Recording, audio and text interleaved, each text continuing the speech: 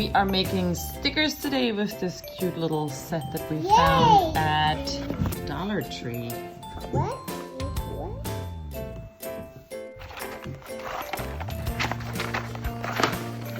There's the fancy sticker maker. We cut the pieces, we put them on the foam shapes, then we press them, and then we trim the edges.